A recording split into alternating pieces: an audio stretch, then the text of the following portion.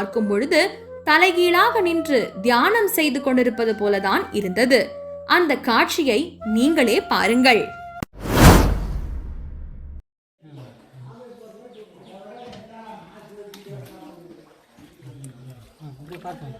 செங்கல் மேலே காலை வச்சுக்காங்க.